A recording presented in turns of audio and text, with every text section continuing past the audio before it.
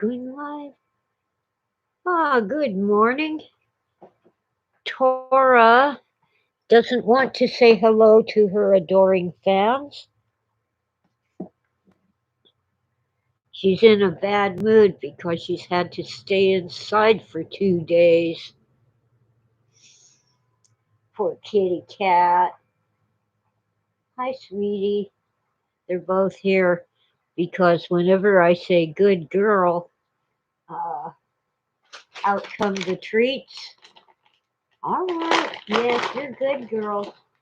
One good girl, two good girls. Good girl. Yeah. Ah, dear. Now I keep calling Tora Sweetie, which probably confuses her. But I call all cats and dogs Sweetie. Hi, Jan. Let's see. Anyway, I'm just kind of getting into this live uh, show this morning. Yesterday, I had a horrid sinus headache. I slept most of the day, but the phone kept ringing, and other things kept waking me up about once every hour. I would just start to kind of doze off,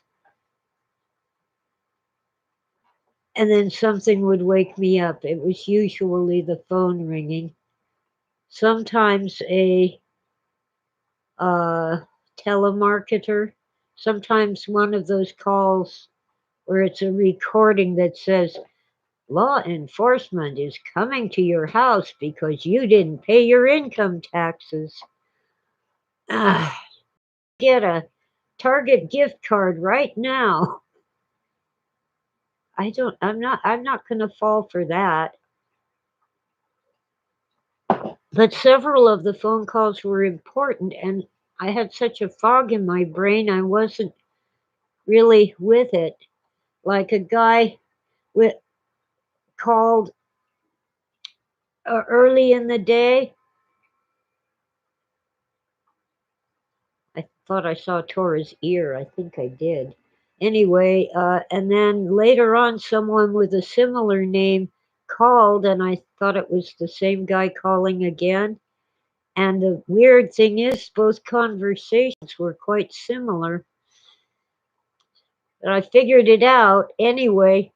But man, my brain was so foggy, and it is much less foggy now. Let's see. Oh, Doggerland. That's that lost continent or island or whatever that used to connect England to mainland Europe around Denmark, I think. It like we know about it. It happened in historic times. We have written records and such. Oh wow. So sea levels have been rising. How about that?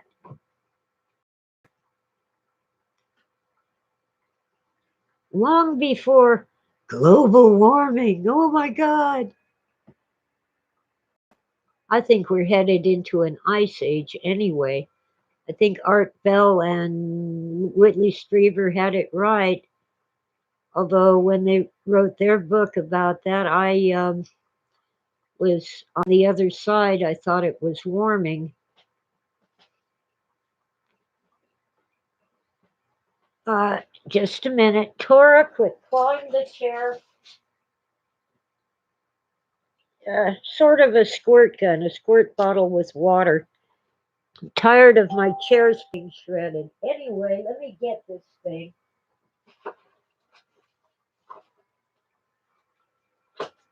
A friend gave me this. The day after tomorrow, where will you be? It's an ad, but it contains postcards. Real day after tomorrow postcards. She thought I could sell them on eBay. Here's another one. Uh, whoo, look at that one. They're glossy, so the light is causing glare on them. There's these 3 postcards. No, there's 4. Oh, this one has the Statue of Liberty sinking beneath the waves. But New York City seems to be okay. What's up with that? Well, maybe those buildings are taller than they look. Nope, the land is visible, but the statue is getting swamped. I don't know. Are they worth much? No clue. But they're cool. Okay. I don't remember exactly when the movie came out, but I never got to see it. I don't get out much. And it costs so much to see a movie in the theater. But I'll bet it's streaming online somewhere. Anyway, there's been a lot of you cats. Hi, sweetie. Hi, Tora. You're making me crazy. I can't let you OUT just yet. It's cold. It's 40 degrees out there. Here you go, good girls. I'm gonna run out of treats, and they're getting fat. There's been a lot of talk about suffering lately, especially with the pandemic. And of course, people are questioning how can God allow this suffering and still be good? I don't really have an answer, but I don't believe that suffering would go away if I stopped believing in God. It'd still be here.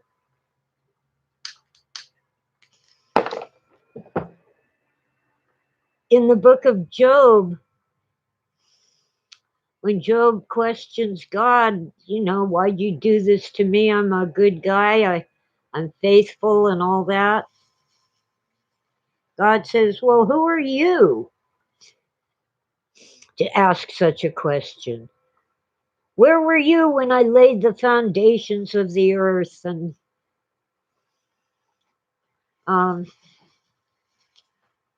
I can't remember the exact words, but he kind of tethered Orion's belt and the Pleiades together.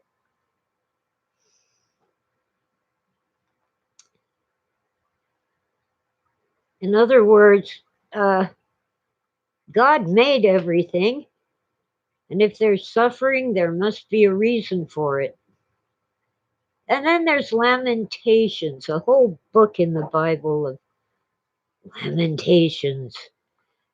And throughout that book, it isn't so much asking for relief from suffering as just telling God, I'm suffering.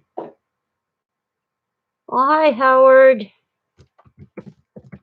Uh, my chat room is coming together. You see, guys, I am nothing without the chat. You guys really you make this show. Without you, it would just be me rambling along and possibly saying nothing interesting, unless maybe I read from a book.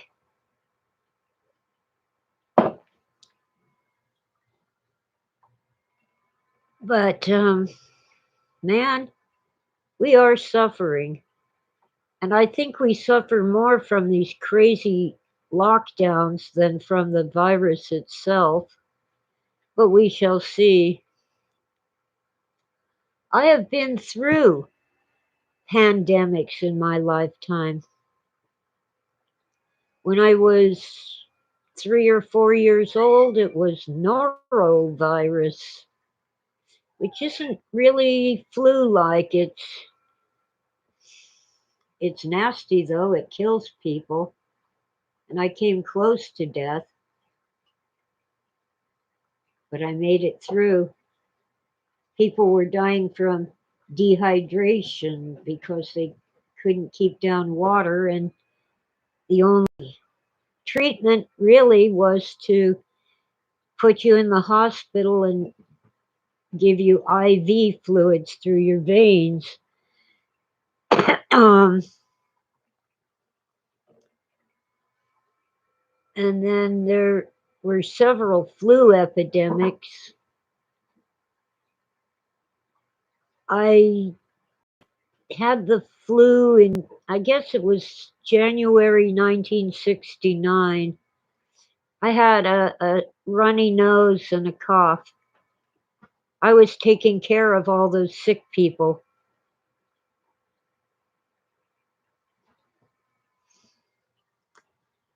And I was like 14 years old. I turned 15 in June, so I was still 14. Didn't miss a day of school. I had to have some relief. I had to get away from all those sick people. And yet, a couple years ago, I went to the doctor, 35 pounds underweight and 3 inches shorter than I used to be. And all she wanted to do was give me a flu shot. I don't think that would help. I did take the tetanus shot, the DPT. That one, at least the tetanus part is useful to me. Living in the mountains where there's all these wild critters that probably carry the tetanus virus. Tetanus, it's a nasty thing. It's horrible, and people have died from it. It makes all your muscles tighten up. It's painful, and eventually your heart can't beat and you can't breathe because your muscles are all messed up. Cats, they're playing. Problem is, they tend to get too rough, and I have to break them up. Anyway, we never had really good treatments for viruses. The You'd rather die from tetanus than play or watch a tennis match? Well, tennis isn't nearly as boring as golf. Golf is, come on, guy, hit the ball so we can see where it goes. Oh no, takes an hour to set things up and pull up a little sprig of grass and talk to the reporters. Anyway, but I do love Tiger Woods, even though he's got some scandal attached to him. Nobody's perfect. Um, anyway, now we do have some treatments for viruses. Interestingly, though, these Dr. Moran, Moran, has a YouTube channel. He really is an expert and really is a doctor, a medical doctor. He said that in the 1918 Spanish flu, what people were dying of was that a bacterial infection got into their lungs because the virus made them more infection. And we didn't have good antibiotics yet.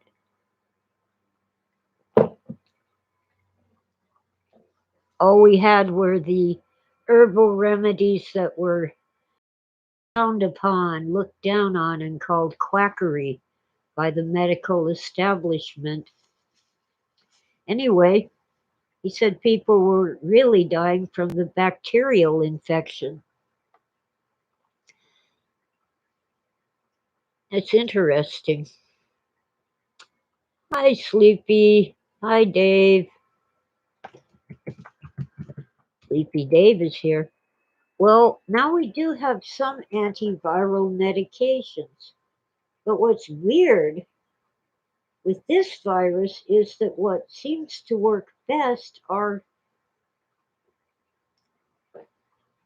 cheap, easily available drugs that are traditionally used for parasites, like quinine for malaria. That's why people started drinking gin and tonic. The tonic contains a little quinine, and if you're down in the tropics where mosquitoes might carry malaria, you drink gin and tonic to prevent an infection. Oh, yes, I am probably a quarter Scottish, maybe half. So, of course, golf is in my blood. But I don't play golf. It's too expensive. I do like bowling, though. I think nine pins is really an Irish game, but I'll bet the Scottish play it too. Anyway, we have ivermectin, which is generally given to people with parasitic infections, parasites. Seems to work for the dreaded COVID.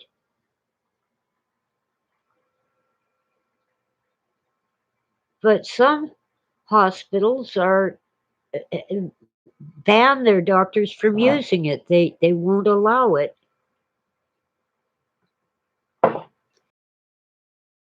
Gotten attorneys and obtained court orders for ivermectin on the grounds that this patient is dying anyway. It can't hurt and it might help. And there have been some miraculous cures. But frankly, if your number's up, your number is up. It's kind of like if you go back in history and try to stop the assassination of President Lincoln or President Kennedy, you might stop that assassination, but some other assassin will go ahead and get the guy. So if your number is up and you don't die of COVID, maybe a truck will run you over if your number is up. If your number is not up, it ain't going to kill you. Problem is, we don't know. Most of us don't know when or how we're going to die, which is why it's so wonderful to be promised a resurrection and a new life in an incorruptible body. But I'm stubborn, and it took me a long time and a lot of struggle to come to faith in Jesus Christ as Lord. I can understand why others have trouble with Christianity, but how can you not believe in God? Well, it isn't because of science. Science is neutral. It says nothing about theology. But a number of prominent scientists, like It's yeah, I think his first name's Stephen Hawking. Is it David Hawking? Stephen Hawking? Yeah, maybe Google can help. Yeah, it's Stephen Hawking, the English theoretical physicist. They insist that science has proven that God does not exist. I heard a car out front, but I guess it isn't at my house. Well, what we have now, we can thank, what's his name?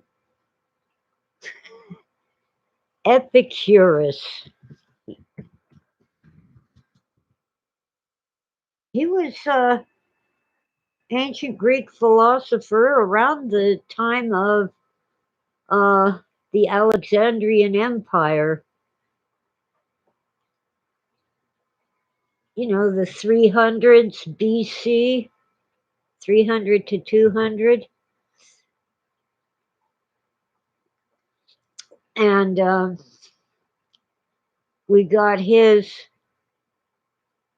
philosophy resurrected through the Latin poet Lucretius, who wrote De Rerum Natura, on the nature of things. Oh, there we go. And oh yeah, I didn't look that up and I was going to. You've off, probably often heard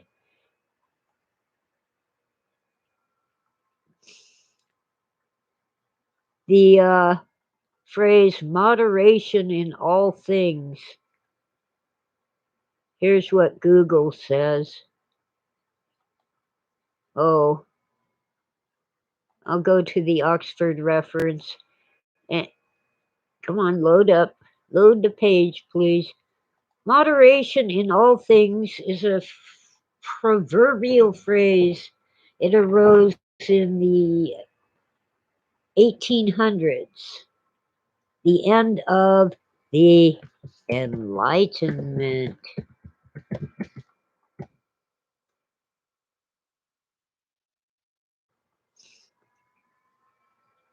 Let's see. Okay, the essential thought is found in the work of the Greek poet Hesiod around 700 BC. And the Roman comic dramatist, so he wrote comedies. That just means happy ending, by the way. Plautus, around 250 to 184 BC. It could very well have come from Epicurus. You've probably heard of Epicurean delights, often in reference to fancy food. Epicurean has come to mean excess, especially in food and sex. But Epicurus himself recommended moderation. Epicurus said that this is the only life you have. When you die, you just kind of vaporize. You are dissolved into the great whatever,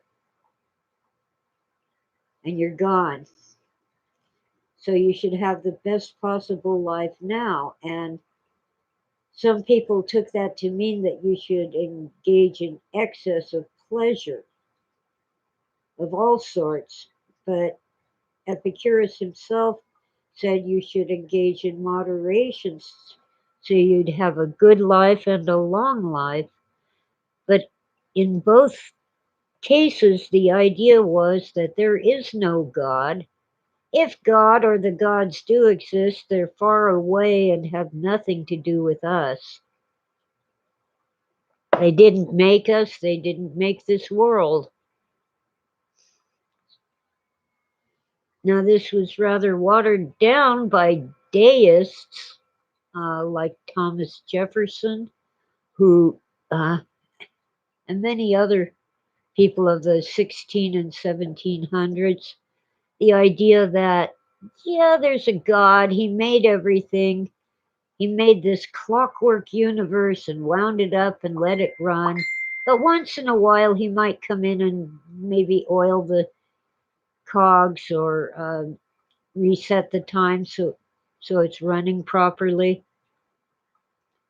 But Epicureanism took over in the mid 1700s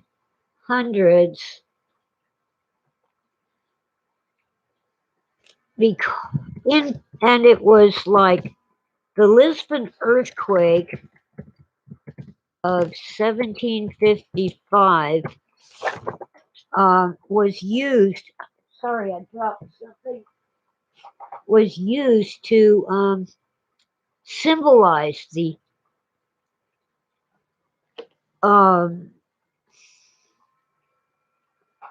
growing belief that God has nothing to do with us, or he wouldn't have allowed that earthquake. Well, there had been earthquakes before, and plagues and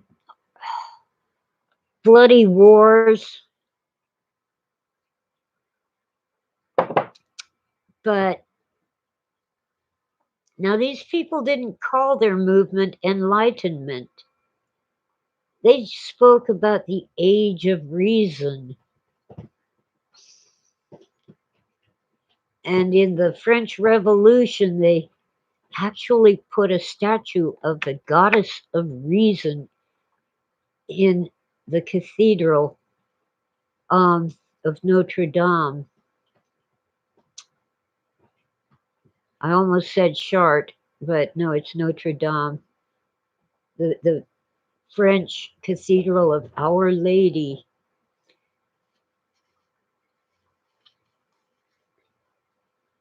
And they began to say that science proved there was no God.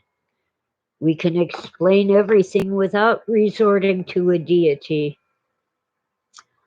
I gotta make sure I don't drop this again. Well, what's his name? Not Virgil, my brain's fried. Voltaire used that Lisbon earthquake in his novel Candide. This innocent boy who's born into the servant class and falls in love with the daughter of the lord of the manor, suffers all these horrible tragedies, and his tutor, a philosopher who wears rose colored glasses, I've forgotten the guy's name, keeps telling him this is the best of all possible worlds. Why don't I remember the name? Uh, is it Pangloss? Um,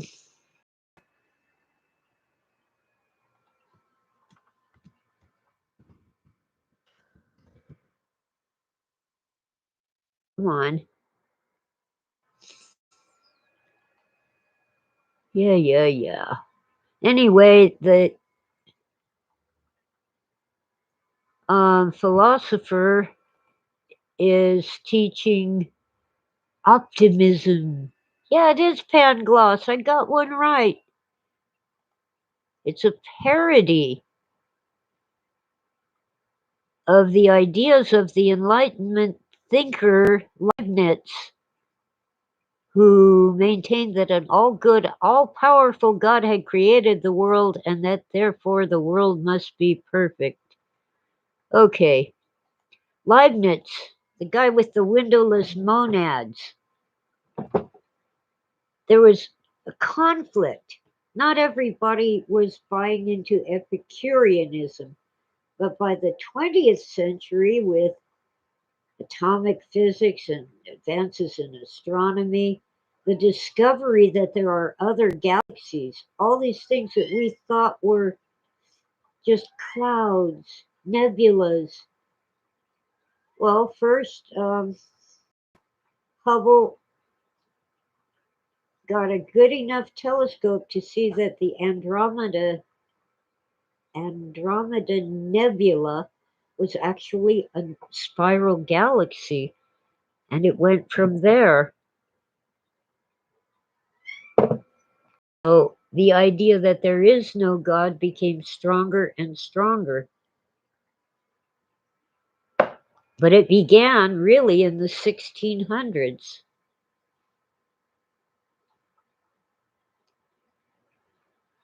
And every time there's some huge tragedy, a tidal wave, like, why am I blank? That nuclear reactor in Japan that got flooded and leaked radiation everywhere. Like the earthquake in Alaska, I think it was 63 or 64, maybe 65. It was huge. We felt it in Southern California, the earthquake, and it was followed by a tsunami, tidal wave, huge waves, killed a lot of people. And these huge earthquakes, not only on the San Andreas in Southern California, but all over the world, especially the Pacific Ring of Fire. I get notices of earthquakes. Fukushima, thank you, Jen Miller. Some people insist that it's Fukushima, and others say, oh, no, no, it's Fukushima. I give up. I don't speak Japanese, so I don't know. I can count to 10 because my son was studying karate and he'd do push ups and count to 10. Ich, ni, san, chi, go, roku, shichi, hachi, ku, ju. Over and over. Anyway, yeah. And pandemics, epidemics, Ebola in Africa, which can spread to other places. That scares me a lot more than some respiratory virus. I've always maintained that I have an immune system like Godzilla, but I am getting older.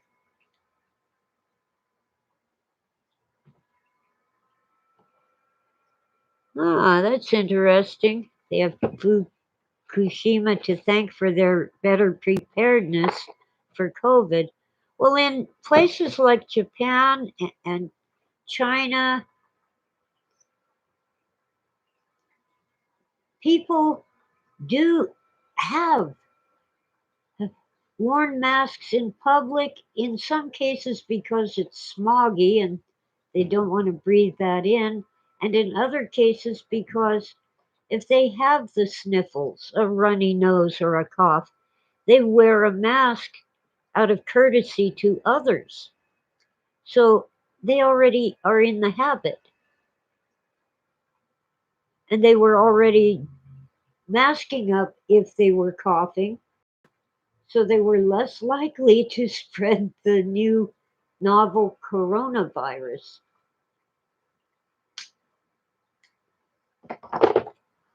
But they found that people who had a previous flu that or cold even that was a coronavirus have a better immune response to this one than those who have not been exposed to previous viruses. I wonder if that counts for people who've had the flu shot. It does seem to. Oh, yeah. India is struggling. They actually sent military ships to escort a ship that was bringing oxygen for their hospitals so that nothing would happen to it. Yeah, they use mouthwash. Well, I use mouthwash, especially if I've eaten onions and garlic, but mostly I use it just so it gets rid of any aftertaste, especially from coffee, so my food tastes better. And you can use a warm saltwater rinse instead of commercial mouthwash, but it seems to me that the alcohol in mouthwash is going to do a better job of killing germs. Uh, I've been struggling to figure out why people don't believe in God. They're atheists. They say God does not exist, and then they rant and rave and complain and whine and fuss and all these bad things that God does or God lets it happen. Well, if you don't believe in God, you can't blame him. He doesn't exist. Remember? Ganges 20. Huh.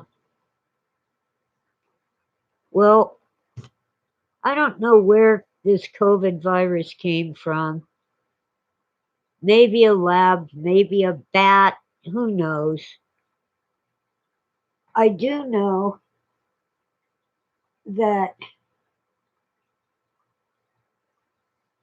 the death rate is not what you think it is.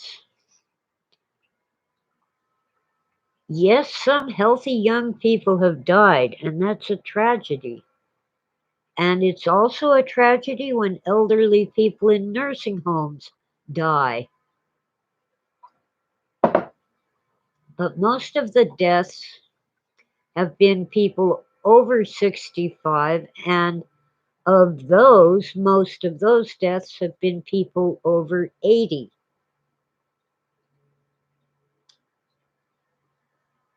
So,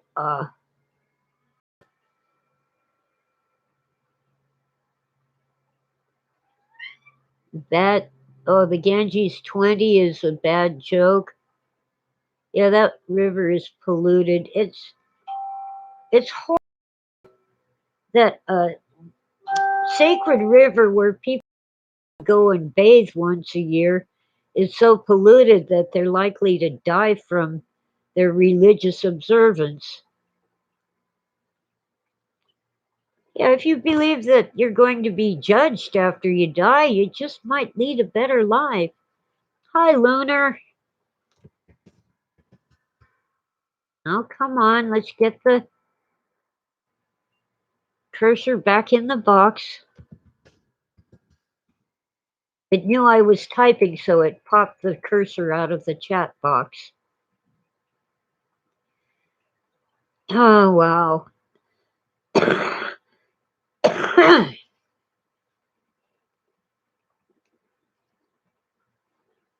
My sinuses are still a little bothersome, but yesterday they were killing me.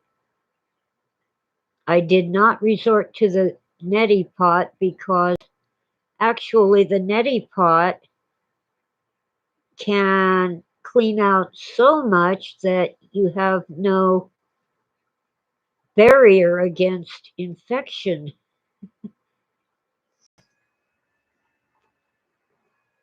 It's a vicious cycle. Your sinuses are clogged, you use the neti pot. Your sinuses are clean and they let in a virus.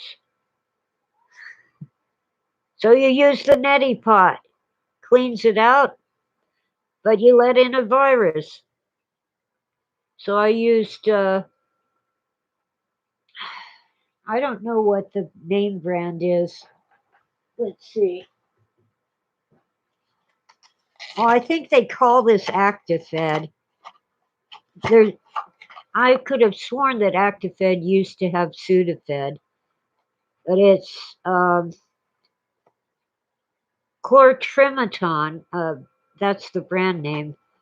It's chlorpheniramine maleate antihistamine with phenylephrine HCl hydrochloride nasal decongestant. I used to be able to just get some Sudafed and it makes your sinuses drain. But because some low life druggies figured out how to make speed from Sudafed, it's gotten nearly impossible to obtain it for a clogged sinus. Used it, and I have epinephrine, the other decongestant, all by itself. Drink some ephedra ma huang in Chinese. I've heard of ma huang. Oh, I can't take loratadine. I had it once and it comes in either 12-hour capsule or 24-hour capsule. It loratadine wires me. I cannot sleep when I take loratadine.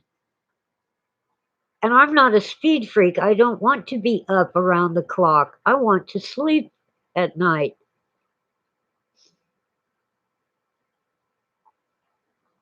Oh, Lunar can't take it either. It gives her a headache.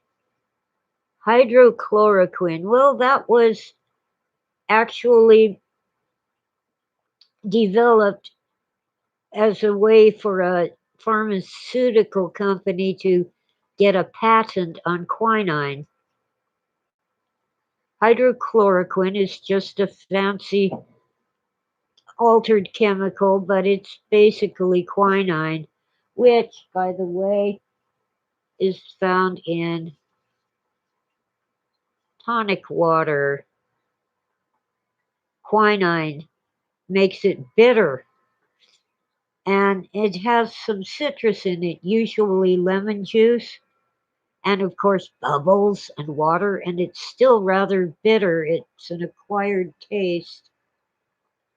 I kind of like it, but the real reason I drink tonic water is because the quinine relieves the muscle cramps that I get in my legs and feet.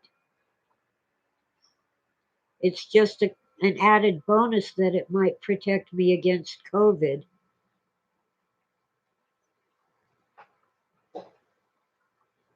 Hmm.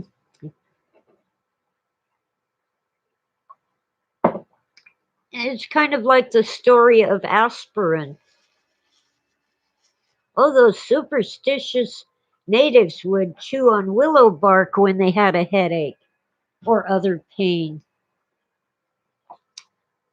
And then when scientists discovered that the willow bark really was an anti-inflammatory and it did reduce pain, well, we couldn't have that. So good old Bayer, in the US we call him Bayer, developed aspirin, a chemical similar to what is found in willow bark that they could patent. Bayer aspirin made them wealthy enough to buy Monsanto, didn't it?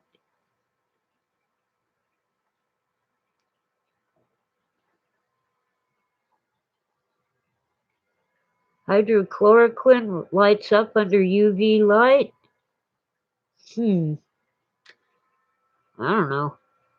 This is the time I wish I had gone ahead and gone into medicine. I'd know a lot more.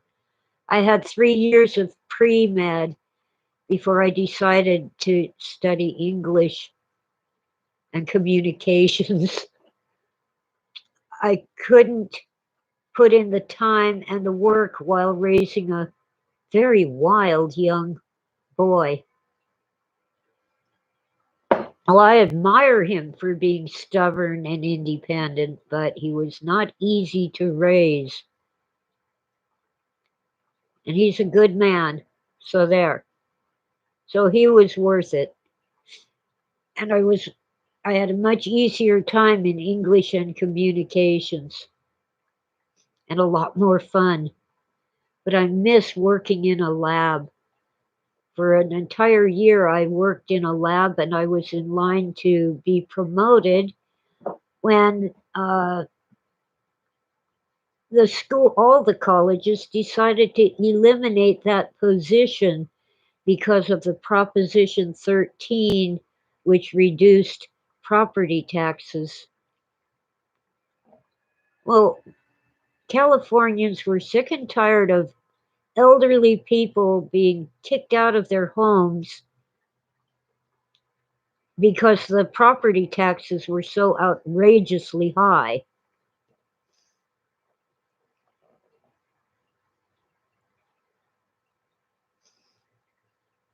I'm struggling with property taxes here, and they aren't nearly as bad.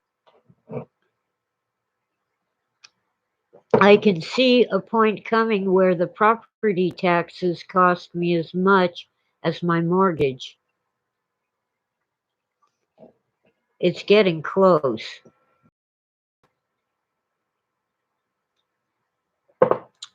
Outrageous.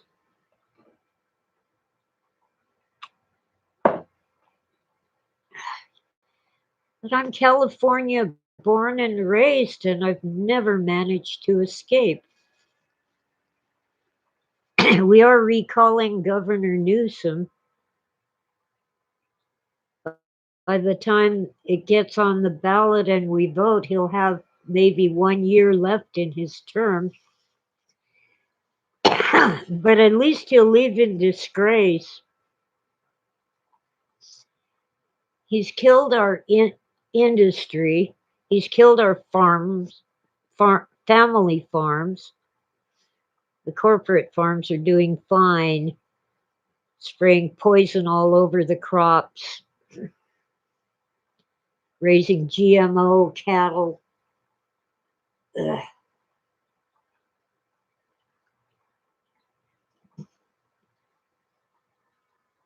Oh man.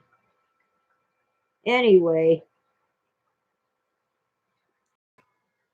um, they'll replace him with someone who's just as bad, I'm sure. And like at least a dozen people have joined the bandwagon to run for governor, including Caitlyn Jenner, formerly known as Bruce Jenner, the guy on the Wheaties box. I don't know. We could do worse. But he is a flaming liberal, or she is. Sorry, I can't get the pronouns straight.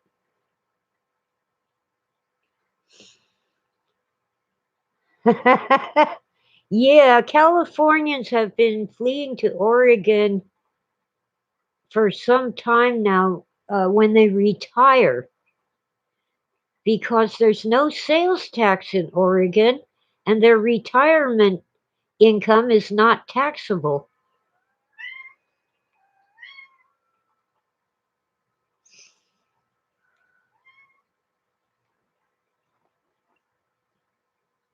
And man, Oregon is a beautiful state.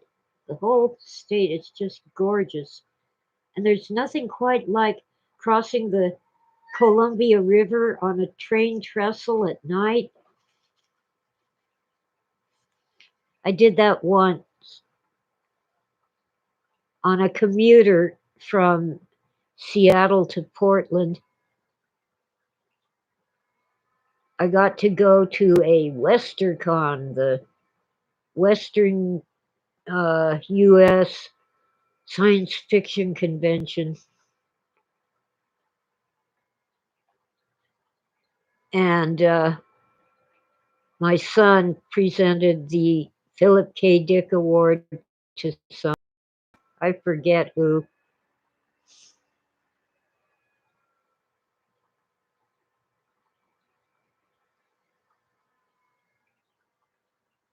You bought a house with a cashier's check? Oh, well,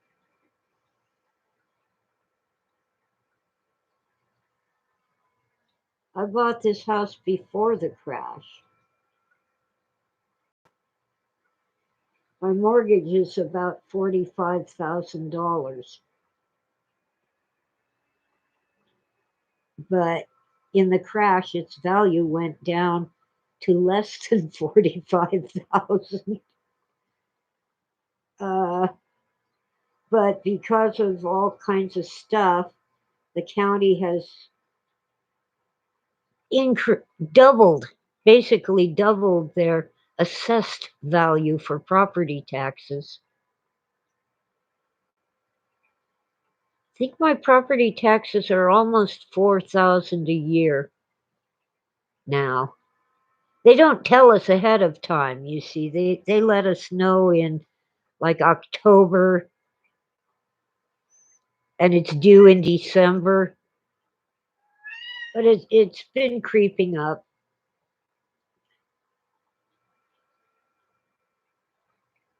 My mortgage comes to about 70 7,200 a year approximately, and my homeowner's insurance, I can never alter the policy or go to another company because in these mountains it's hard to get anyone to cover your house because we've had huge wildfires and mud floods. Well, the mud floods were down below in the canyons. Anyway, I pay about 600 a year for homeowners insurance, and some people up here are paying like 2,500 a year for insurance. And some people can't get insurance, so they have to go to the California government's program. Well, this house is basically 20 feet by 20 feet. There's a little mud porch that bumps it up to 438 square feet,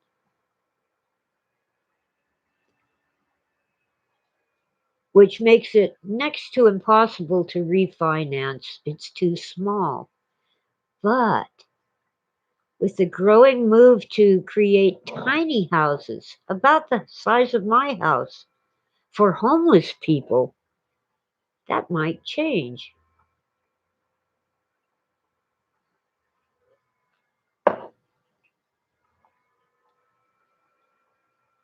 Well, my house needs a lot of TLC. I have to replace some of the wood siding between the moisture and the carpenter ants. The infestation is gone, but the damage is still there. I've got a lot to do. I'm going to have to hire some people for some of it.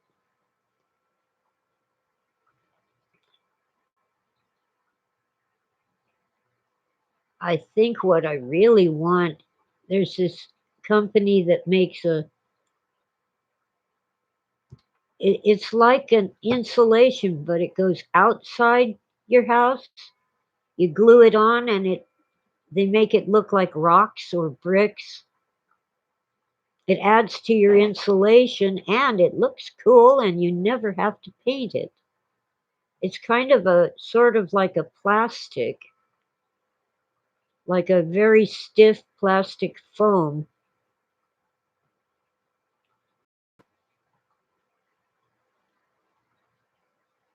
but it isn't cheap and I can't put it up myself. Even though it's glued on, it takes some skill to cut it to the right size and make sure it stays put while the glue dries and so forth. But I'd love to do that. At least the bathroom floor and the kitchen floor are both replaced so I don't have. The floors were so rotten that even as tiny as I am, I was causing them to sag when I walked across them because they were so moisture damaged. Some really nice people replaced those floors, some for free and some for cheap. The kitchen had to be done in two rounds of work, about a year apart, because I had to buy a new cabinet and a new sink and a new countertop, and those things are not cheap. But hey, oh, and I've been painting. Well, I was painting before I broke my hip. I can't get on a ladder just yet. I stood on a little step stool to use that. I've forgotten what they're called, but it's a disposable duster on the blades of the ceiling fan. It was covered in cat hair, along with some dust. And just standing on this little step stool, I was getting dizzy. And the fact that the blades actually move when you touch them didn't help with the dizziness. Oh, I got help from a local church once. Never again.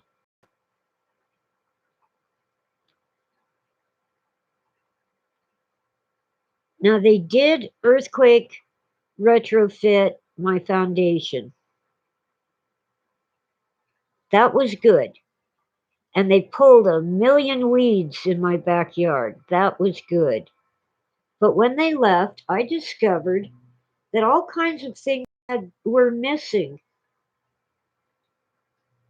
They just decided that I was a pack rat and they should just get rid of a bunch of that stuff. It included lumber that I had spent hours. First, I spent money buying it. Then I spent hours measuring, cutting, and painting because I was building my washing machine, which is outside because there's a house, and they took it all away. They took a picture frame that had come apart, and all it needed, it wasn't broken, it just the corners came loose. All it needed was a little glue, and it was gilt with real gold. They took that. They did all kinds of things they shouldn't have. And then they planted some plants right up against the front of my house. Well, then code enforcement came along and told me I had to get rid of those plants because they're a fire hazard. And code enforcement was right for a change.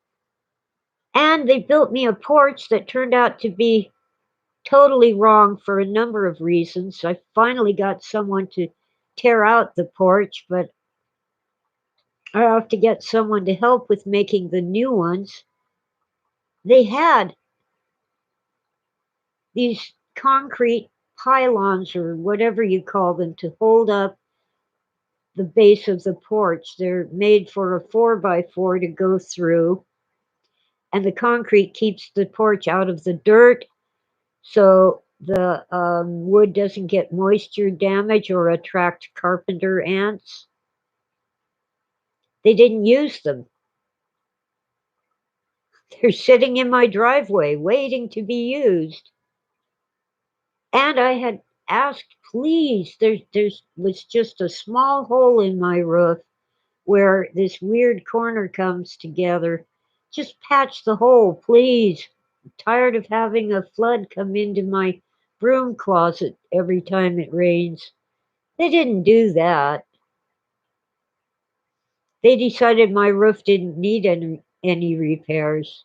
So when the winter came and it rained, my closet was flooded and I couldn't climb up there and do it myself. I finally got a young man with more strength than I do to go up there and just slap some a can of that tar stuff on it, and it's good to go. Actually, I can get up on the roof. I can't get down. Well, especially now with my broken hip, but I found that it was really not a good idea. Oh, Doggerland, take care of your family and have a great day. I won't be on much longer anyway. I do wish that Tora would come say hello to her adoring fans, but last night I recorded a little video of her. It should be up on the YouTube channel now. It's about 30 seconds, I think. Well, anyway, life in the time of COVID. Some famous person wrote a book called Life in the Time of Plague. I am terrible at names.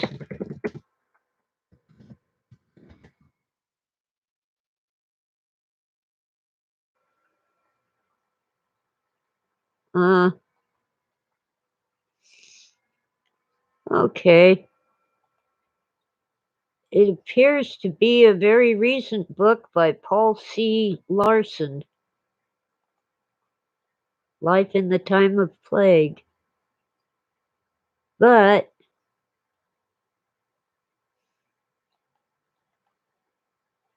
oh, there's a Life in the Time of Pestilence, which might be what I was thinking of.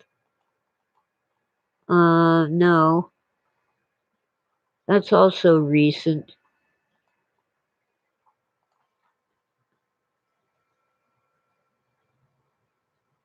Oh, Tora is addicted to temptations, and so is Sweetie Pie. But, if it gets a little warmer, I'll be able to open the door so they can play in the great outdoors.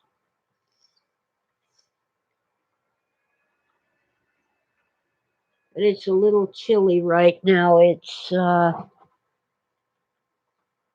let's see, 39 Fahrenheit, which is, I don't know, if it's cold in Celsius.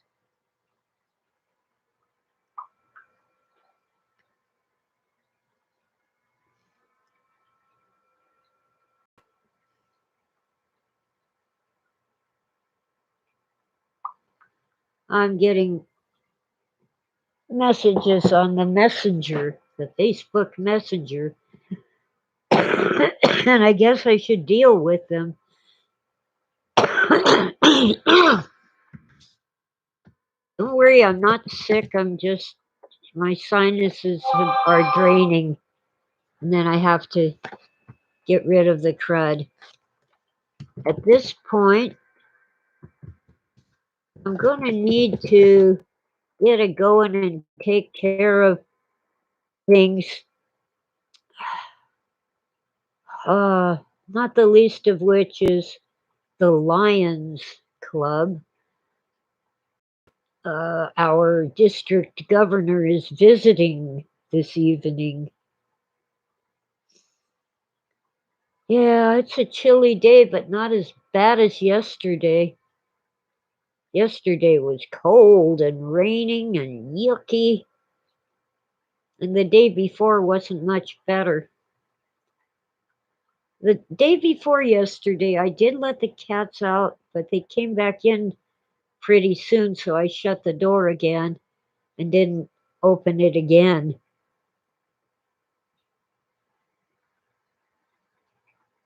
All right, I've got to get going and do something useful. The sink's full of dishes, and I have to wash my hair. So I have to do the dishes so I can wash my hair because I'm not going to take a shower when it's this cold. I don't like to do that. I'll just sponge bathe. Okay, have a great day, and thank you all for listening.